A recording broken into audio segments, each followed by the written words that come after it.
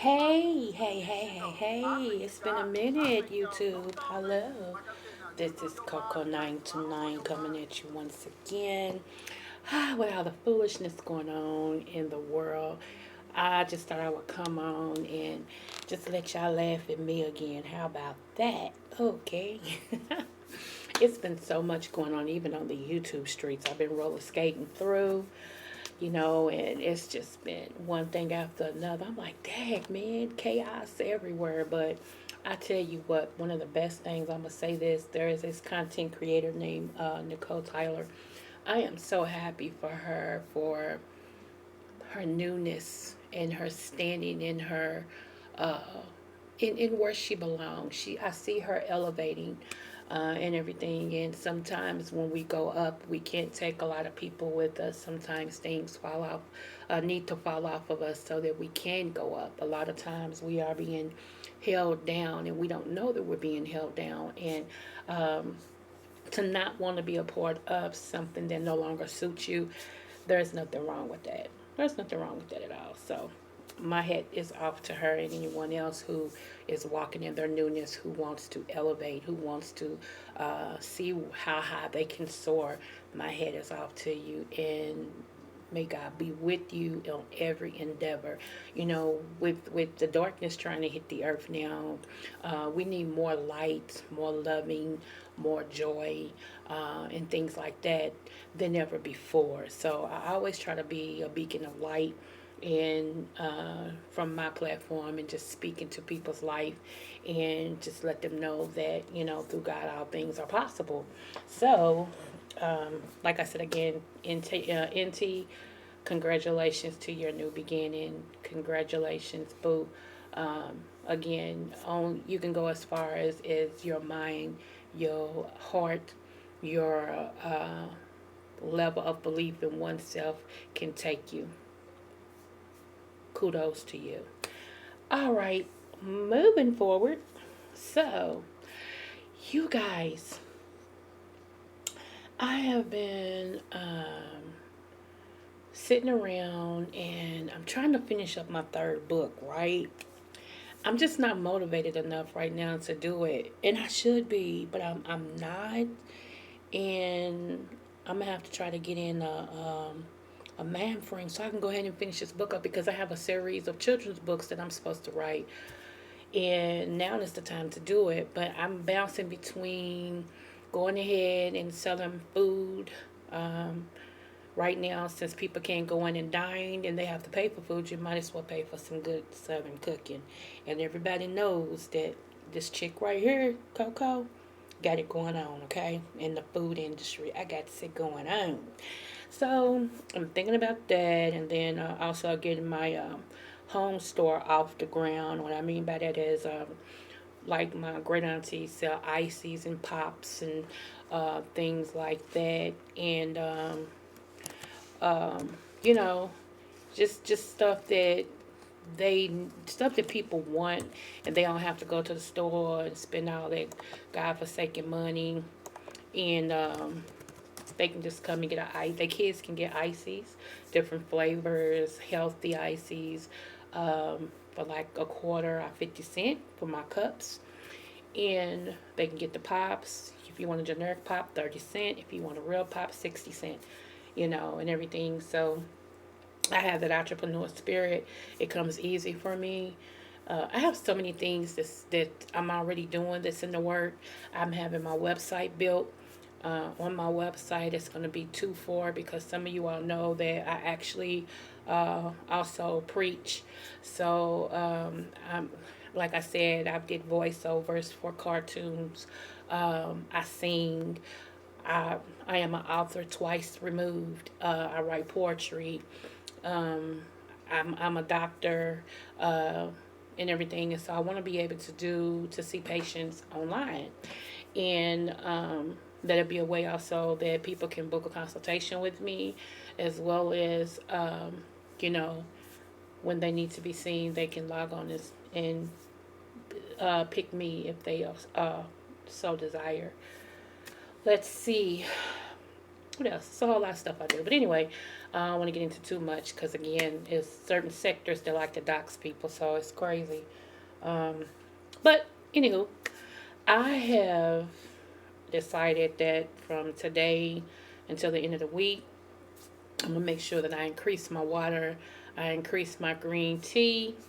Um, also, that I eat my fruits and because I want to cleanse. I have a sty that popped up on my eye, and I'm going old school with it. My mama just told me something else to do, so I'm gonna do that as well. And I'm like, where the heck did that come from? As much as I wash my face, so that's because I've been detoxing my body, and when you detox, the stuff comes out everywhere. It just comes through. It comes through. It comes through. So at least I know I'm in the right thing that I'm doing because now my body is trying to get rid of all the toxins and things like that. So that's great. So I think we can always turn a negative into a positive. You know, if you're stuck in the house, don't just fill up on junk food. It's easy to do, but don't just fill up on junk food. But if that's all you have, by all means, honey, do you. But if you do have other alternatives, then this will be a perfect time to get in your body healthy stuff, to work out and things like that. Because that way, when you emerge and go back, people will be like, "Hey, you done lost weight. Oh, you look different," and you feel better about yourself. My ultimate goal is, as I told everybody, to get back on my roller skates. Because I used to roller skate and I was very good at roller skating. My dad roller skated until he was 63, so it just runs in our blood. And that's what I'm looking forward to. I'm also looking forward to running again. I used to be a runner, and everything in my calves and muscles and my legs was so defined, you would be like, wow. So, yep, I used to do that. So I'm going to get on a conversation, y'all. Y'all gonna laugh, but y'all know I'm transparent. I'm that new parent. Transparent, I tell my business. So, and I tell it so that other people, it can help other people, make you think about something, of that nature. So, this is where I'm at. Okay, so growing up, like I told you, I used to live in the projects, and it was this guy that used to live in my building. He had a brother, and this guy always liked me, okay? And I was sweet on him too. And now, aside of all the crazy mess that y'all know I've been through, I told you my life is like an onion. There's layers, to it. The more you peel it back, the more you cry. So anyway, and we're gonna call him MB. Okay, so MB, they lived in my building, and then his mom moved in my grandmother's building, which was like a building right behind us, and then the building next to that one. Okay, so you go one building behind, but then you go over a building. Lived in the second door right there. So this boy used to, I mean, anybody that looked at me, he would fight him and everything, but he was so gifted. This boy ran the Jesse Owens running thing and came back with medals. And I remember before he left, he said, I'm going to win you a medal. And I said, okay, like it. And this boy came back. He had two first place and a third place medal for running. They had to train, take him down to Memphis. He was so intelligent and so gifted. Everybody knew that he was going to make it, going to make it out of the projects. And so we started dating under the wraps, okay? Told you he was the one guy that couldn't stand my male cousin. They used to see each other and just stare. He's like, I can't stand him. And he's the one who'd asked me what was going on. He said, something's going on, I can tell, because he don't look at you like a cousin. So, yeah, that guy, MB. So, anywho, when we was in high school, and they would have sports day or something like that. I was kind of skeptical because different women different females wore dudes jerseys and stuff like that, and so they was like, Coco, you gonna wear somebody's jersey tomorrow? Because I was real quiet about what I did, and I was like, I don't know, and so a couple of people was like, you can wear my jersey and all this and stuff, and I was like, whatever. Kept on walking down the hall, and so when I got home, I was coming from my grandmother's house because I kind of timed it. I knew what time the activity bus would let them off the bus. and I was coming from my grandmother's house, and I seen uh, this figure walking towards me with their helmet hung over the shoulder and all this and stuff. And he was like, "Where you going, Miss Lady?" I said, "I'm going home." He said, "Not until I get a hug." So he would hug me, smelling all like sweat and all this and stuff. And, you know, and I would walk back with him so he can go in the house. And he was like, "Let me put this in there and I'll walk you home." So he would always put his stuff up and then walk me home, you know. And he was like, "If you're going to be up for a little while, I'm going to go home and take a bath and then I'll be back and we can sit out and talk." I'm like, "Cool." But see, here's the thing. His mother and my mother was like really best friends. So she didn't care if he came over to the house because he was like her son. And secretly, she wanted me to marry him. Okay. She finally told me that. And I'm going to tell y'all what I did. So, um, at the time, I didn't trust none of my mama said, because me and her wasn't seeing eye to eye. We was like, no. I mean, eye to eye is just like as a smoother version than how we really saw each other. Mm-mm. Y'all gotta remember, I felt let down, and I had a grudge against her. Okay, and then at the point my grandmother was raising me, and then when my grandmother had passed, she was forced to get to know somebody she didn't know, and I didn't like her, so you know how that went. It was crazy. Nevertheless, so anyway, um, we, like I said, we dated and everything, and I had to let him know when he found out I was pregnant. Oh my goodness, it tore him up. His mama told me it was gonna tear him up though. She did. She told me, she's, you know, because I ran from him for the longest. I would never let him see me and all this and stuff, you know. And people was trying to tell him I was pregnant, and he was like, "No, she ain't." Like he would get into a fight with people and stuff like that. And so when his mama saw me, she called me in her house and she said, "Sit down." And she said, "Does my son know?" And I shook my head and I was crying. She said, "You know, it's going to kill my son, don't you?" You know, but me and her son weren't together at the time, but it was still understood that me and him would get married. I don't know how that was understood, but it was understood, you know. So anyway, he finally saw me, and he shocked me because I didn't think he was home. So I was walking past and he hollered, "Is it true?" It shocked me. And I stopped. He says, "Is it true?" And I shook my head. He just dropped his head. I seen like his whole world just like, you know. Anyway, so fast forwarding. Over the years, he has found me somehow, some way. Okay. Now, me and his brother, we stay cool. But when MB asked his brother about me or has he seen me, his brother won't tell him because his brother know how he feels, and his brother know I'm married. So he's like, "Man, I ain't talking about her with you." Like, yeah. So come to find out, he took a turn. Okay, now this dude MB. I'm tell you how smart he was. This dude was so smart. When he got out of college, he was a supervisor with a courier service. Okay, you know, and they got planes to bring the stuff in. He was a supervisor. He also in Indiana went to the gambling boat and won over 200 some $1,000. Okay, with that money though, he had his mama. He bought his mama a house. Uh, like paid off some stuff and all this and stuff. Lent his brother some money so he can open up a restaurant. Whole bunch of stuff he did. He got married because his mother was like, "I need some grandkids," and he was trying to wait on me. He was looking for me because he always said I was his wife. Ever since we was like 9 years old, he claimed me as his wife. Um, and so his mom knew, but she was like, "You know, you might want to go on and because I need some grandkids before I pass and stuff like that." So he made this deal with this female.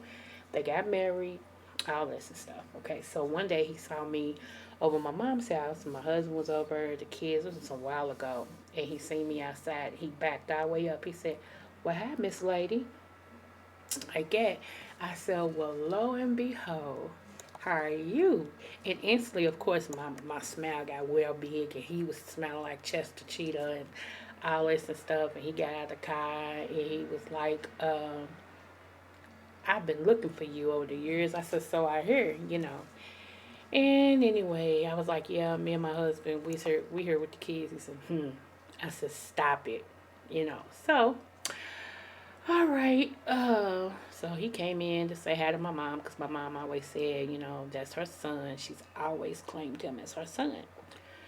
So he came in, hugged us, spoke to everybody. I introduced him and my husband. They shook hands, you know, and everything. And, you know, he hugged the kids and all this and stuff. And I was good. He was like, well, let me go on and do what I had to do. So he was walking out and they said, Mama, who is that? This is when they was young. He said, Mama, who is that? He said, I should have been. I said, that's a friend of mine. He hollered, I should have been your daddy. I mean, just, you know, I'm like, okay. I said, see, that's what I'm talking about right there. He said, what? I should have been. And just looked at me. I'm like, okay, he trying to start some stuff. So anyway, we lost track again after that day. Um, so I heard on the news that MB was being locked up because he was breaking in different people's cars. I was like, what? It didn't even sound like him. But when everybody started hitting me like, hey, did you hear about oh boy, because you know everybody knew, like oh boy. I'm like, so it was him. So they flashed his picture and all this. I'm like, oh my goodness. So forgot about all that. Finally, one day I was sitting here, and he kept hitting my spirit, kept hitting my spirit, kept hitting my spirit. I'm like, I'm gonna have to try to see where this boy's at, cause something's going on. So I googled his name and popped up his information. So I surprised him and sent him a letter, and that's how we got reconnected. Okay, now the whole time he's in penitentiary, he was sending me letters and all this and stuff, and I was corresponding with him, you know, all this and stuff. So he was like, I got this amount of time and I'll be out. I want to see you, you know, and all this and stuff. And I don't care about, you know, you being married. I'll let you still the love of my life. You know, he just going to have to understand that because you was mine before you was his, yada, yada. Tripped out, y'all. I see you tell y'all my life is something else, you know, yada, yada, yada, yada. So, I was like, yeah, but you gotta respect mine. I don't play it. He's like, nah, I'm respecting him. He said, you know, so we went from all letters to letters and phone calls. So no, all letters to letters and JPay. Okay, anybody got anybody in the system, you know what JPay is. So then we went from less letters, more JPay, phone calls. So talking to, you know, him on the phone and him telling me his undenying love and he shouldn't have never got married to that girl, even though they was married for 20 years, y'all. 21 years. Like, he shouldn't have never did that because he didn't understand why. You know, he did it because of his mama. He regretted. She know he regretted.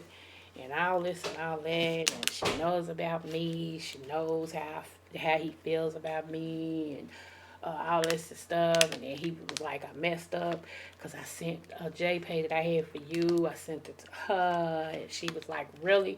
Is this how you going to do me? Send me another woman's love letter, you know, that you love her and all this and stuff. And he's like, you know what it is? I told you to begin with. And oh my goodness. Yeah, it's been a crazy ride with this dude. For us, it's been crazy. So anyway, he filed for his divorce while he was in her, right? And he was on the hope that if he filed, I would file, and we could be together. And I told him I ain't going nowhere. I've never lied. Like I said, I told him I ain't never tell you I was leaving my husband. I got a great one. And if for whatever reason it doesn't work out, baby, it ain't going to be because of me. Because I got a great one. Ain't going nowhere. Okay? Many people have tried, trust and believe, to get me to leave my husband. I ain't going nowhere. So, um, and that's pitiful. But honey, men are more treacherous than women. And I know people don't believe it, but that is the truth. Men are more treacherous than women. They don't care nothing about you having a husband or whatever. Some man just told me last week. I was like, I'm married. They was like, what's that got to do with me? I mean, a woman told me once before, it's your issue. They just don't care. So, anywho, um, so so we kept talking and all this. He told me when he was getting out, all this and stuff. He got out, okay? And he was like, I want to see you and all this and stuff. And, I mean, y'all, when I tell y'all, stuff was so inappropriate that was being sent to JPay, that was said over the phone, was in the letters. When I tell you it was X-rated times the times 10, it was X-rated times the times 10, okay? And everything and stuff. So, you ever had, I'm speaking to the ladies right now. Have you ever had a man who was just as crazy, if not more, when it came to the actual act of sex than you are? And I mean, as you are, and it's like y'all both just out there erotically, just out there, okay? You ever had somebody like that, and you know for a dang sure that ain't nobody you need to be with because y'all are so out there that it's like that would be somebody you walk around in the daylight with a flashlight looking for them. You know what I'm saying? So I'm just keeping it 100. So he's on some next level. And it doesn't make it good because, like I said, I was a dominatrix. So he's on that next level that I'm used to, okay? Before, you know, I got centered and enjoyed natural, great love making. And yeah, don't get it wrong, honey, because my husband is about his business. Don't get it wrong, Kurt. But some men are just like out there, and it's like when you've been in a relationship like I was, growing up, molested, incest, and all this and stuff. Part of your craving is for that crazy, unnatural, like what everybody would be. You crave that type of intimacy, uh, and everything. So, and it don't make it right just because you crave it. I can crave sex with a tree, and that don't make it right. So, not that I do, but I'm just using it for an example. So, any chew. Um, okay, so he got out. He wanted to see me and all this and stuff, and I was scared. This man started going, and one of the exceptions is I told him, do not go to my husband's job. I don't play that, cause see then you messing with my livelihood. Don't do that, cause you come for mine, I'ma f you up. Even though my life has changed and I ain't that raw girl that fight dudes too, cause yeah, I line them up. We gonna knuckle up, and my fight game is very much strong to hold a dude. Okay, so don't get it twisted.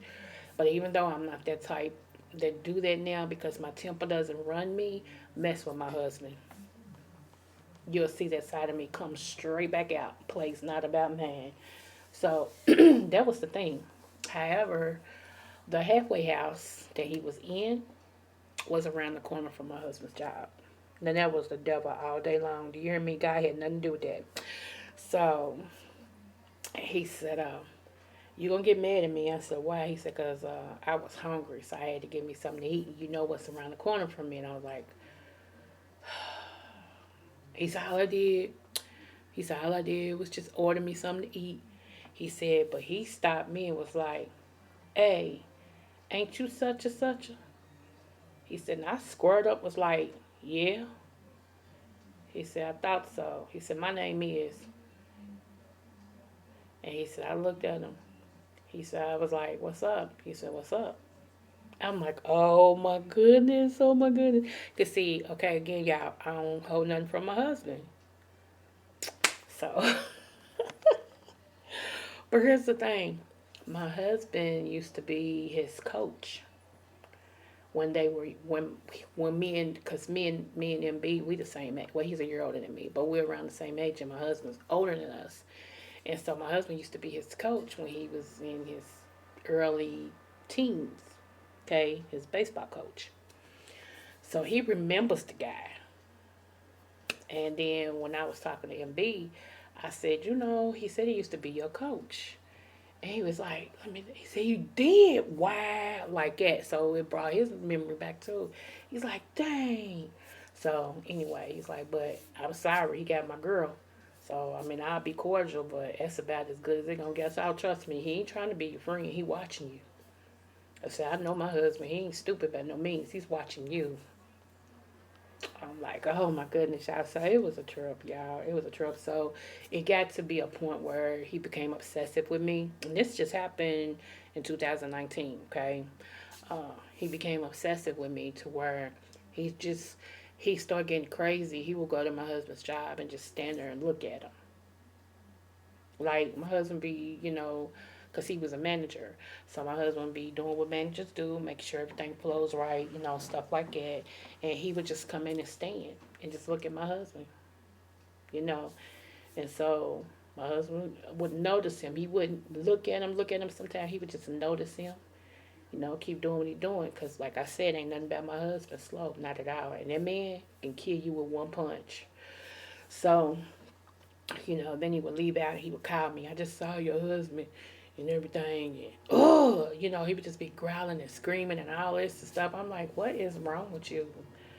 What is wrong with you? And all this and stuff. And like I told him, I said, dude, you girl make me flip. I told you not to go up there. Now you're going up there and you're just staring at him. You messing with my husband, and I ain't playing that because you mess with my home. I told you, me and you cool as long as you don't come from my house. When you come from my home and coming from my husband, yeah, you know. So, anyway, it got to a point. Okay, I did meet up with him. Yeah. Ooh. I did meet up with him and everything.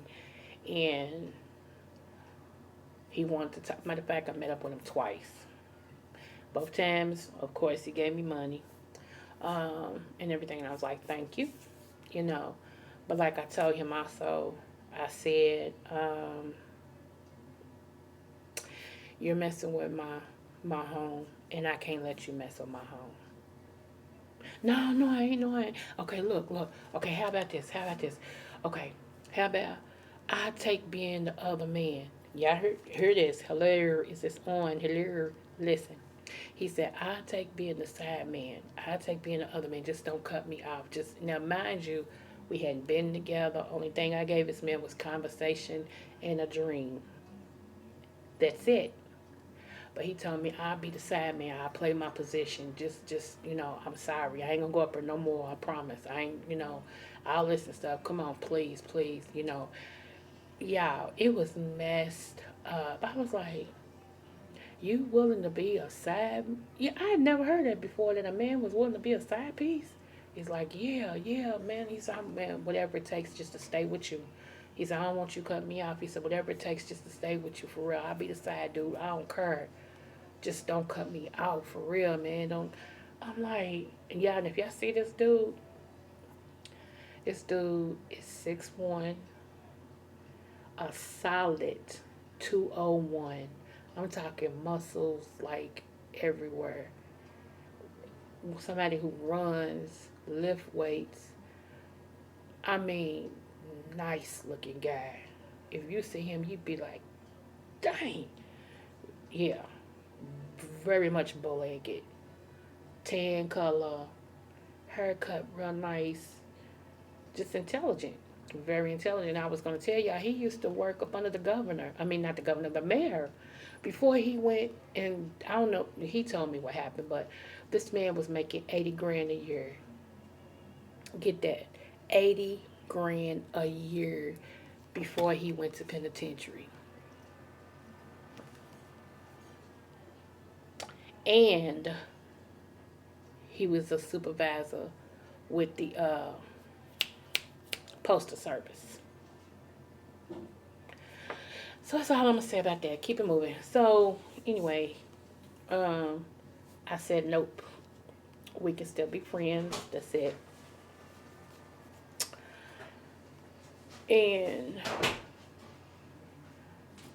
that, I guess that uh, kind of was like, he took it because that's all he could get, but he didn't like it, if you feel what I'm saying. So anyway, so he did it again. I told him, I said, if you do it one more time, if you go up and mess with my husband one more time, you ain't gonna like the results. So he did.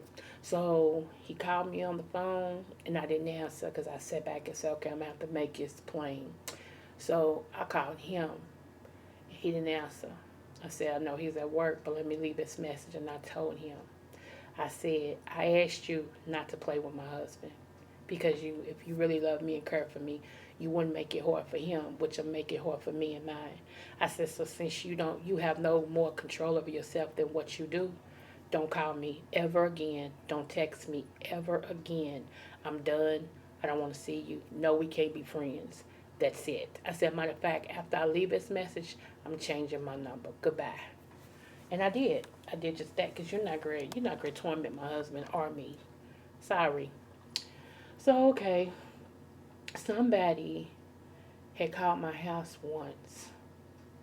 And because he had both numbers. And this wasn't this wasn't something secretive. My spouse knew he had the numbers. Okay. And he had the number, so somebody called and the name came up, the last name. I'm like, it's him. So I hung up from it. We so happened to get our internet changed, which changed phone, everything. So I was happy about that. So this was around September 2019. So I hadn't heard anything. Well, come the first of the year, I was like, I'm going to Google and see what's going on. So when I Googled the person's name, lo and behold, they're locked up yet again. They're not in the pen right now. They're actually in the jail. And so I surprised them, wrote them a letter. I was like, so you're back. Because I told him this. See, I told y'all, by me being a minister and all this and stuff, I'm not just a minister. Well, so many people claim to be when I am. I ain't gonna say it. I'm just gonna go here. I told him, I said, God is gonna let you out of penitentiary, but you have to serve him. What I mean by that, you're gonna have to find yourself in church once a week. Don't put God on the back burner to do everything that you want to do because you're really not supposed to be out, but he's gonna grant you to be out. So, he's like, yeah, I know, I'm gonna do it. He got out, did everything but what he was supposed to do. Now he's back locked up. Now he's talking about when I get out again, I learned my lesson. I'm this, I'm that, I'm this, I'm that. I'm like, yeah, okay, tell that to somebody else because I don't even want to hear it. So, and like I told him, this ain't nowhere near like what it was your last trip. You becoming a career criminal, and that's not cute, nor is it funny. So he told me what happened to get him locked back up. And I warned him about that. I said, you need to slow it down. You're going to end up back in penitentiary. No, I ain't know. I learned my lesson. And this boy, this is what's so funny. He had just got hired on with a major college making buku money, and he had a second job. So he was just making all type of money, doing good. Ended up at a club in the West End, had been drinking, hadn't even really drove. Put the kid in the car. Cop said, room. His probation officer told him to check in the next day, and when he checked in, they was there to lock him up. That's how quick it went down. All that for some drinks. I told him, you need to stop drinking. Because, see, that's what sent him to penitentiary the last time. He became an alcoholic where he was an alcoholic and a gambler. And he started gambling, so he had to steal to pay for one of his kids' tuitions and, all this and stuff. And then you back drinking. And dude, you couldn't have, it had nowhere to go but down. So, anyway, y'all, um, you know, like I told him, I want you to get your life in order. I wish the best for you, but if you waiting on me, and that's one reason why my husband wasn't concerned, because my husband know I can't stand a drunk. That I can't stand a drunk. During one of my dad's worst time in his life, he became an alcoholic, and to know who my dad is, you would have to understand you would have to understand who he is. Like in real life, you would have to understand who he is. And my dad ain't nothing to play with. And so for him to be drinking, no ma'am. So I remember once he got, he was dealing with some demons on how my granddad used to, treat him and all this and stuff. He still hadn't, that's one demon every now and then that would get him. He hadn't conquered. And I remember one time they had to take him to the hospital, to calm him down and all this and stuff like that. And they called me because they couldn't calm him down. They called me. And they was like, "Hey, Coco, your dad's been rushed." They took him to the emergency room. He's drinking and all this and stuff. And he refused to calm down. He keeps screaming, "Get my daughter, get my daughter. Get my daughter, y'all trying to kill me." They said they scared of him, so they get ready to try to do something to him and all this and stuff. I said, okay. I said, I'm on my way. And the particular auntie that I don't like, she was, she called her brother's name and she was like, guess who I got on the phone? He was like, you don't know me. You don't know me. You trying to get me killed too. And she was like, I got somebody on the phone. So she put it on speaker. And I was like, hey. He said, is that my baby? Is that my baby? Like, I mean, he was just going off. She was like, just listen. I said, hey. He said, hey, Coco, baby. He started crying. They trying to kill me and all this and stuff, y'all. And I said, I'm on my way, but you got to do what they say. I'm on my way, okay? Okay. Yeah, okay. Yeah, my baby's on the way. My baby's on the way. Now, y'all would think I'm the only kid, right? No. But like I said, like Kobe and Gigi, that was me and my dad. Point blank, period. So, I got to the hospital, lickety sweet, real fast, lickety split. And they was telling me that he came in because he was disorderly. He was so drunk that people was, because like I said, my dad ain't nobody to play with. His whole body is a weapon. He's actually registered as a weapon himself and stuff. And so I was like, okay, I understand. And so when I went in there, because he was still kind of, he was still kind of out of it a little bit and all this stuff, saying some things and trying to, they had already strapped him to the bed where he couldn't move, but that's what they thought. And everything. And so when I walked in the room, he was still trying to, all this and stuff. I said, why are you making so much noise? You should see his face like snap around like, oh, my baby. I said, you got to stop this. These people are scared of you. You got to stop it. You can't do this. What's wrong and all this and stuff. So he began to, just cry, and I understood what that was about and stuff, and they had me down. They had me down as his next of kin. I had his what is that thing when you make decisions for them when it comes to the doctors and all this in case they can't do it for themselves. Power of attorney. Okay, I was over his power of attorney, and everything and stuff, and so that was just one episode, but he came out of it. He apologized to me. He's like, I gotta stop. And it wouldn't happen all the time, y'all. It would be like 5 years and or 7 years, like stuff like that. And he would just have one of them days where he just go in real deep and have a hard time coming out. But yeah, so anywho, y'all. I just wanted to share that with you guys and stuff and give y'all something to laugh at and talk about other than this stupid virus that's going on and stuff, and let you know no matter how bad it seems, God is still on the throne and he's still looking down. He's sitting high and looking low. He's not affected by the virus, and neither are you. Okay, so remember, bring your vibrations up. Perfect love casts out fear. Whenever you feel fear, or you feel like you've been depressed, or you feel like things is weighing you down, put on something that makes you laugh, that gives you joy, that makes you want to dance, that brings happier times. Look at a picture book, sing, cook, do something, okay? All right, this is your girl Coco929. I'm out again. For everyone who has subscribed to me, thank you for subscribing, liking, and sharing my videos. And I will be back with much more love to give. And again, congratulations to you, NT. You don't know me from a can of paint, but anytime a woman solidify herself with a new beginning, I support them 100%, 1000%. That's what we need to be doing in this day and time. Smooches.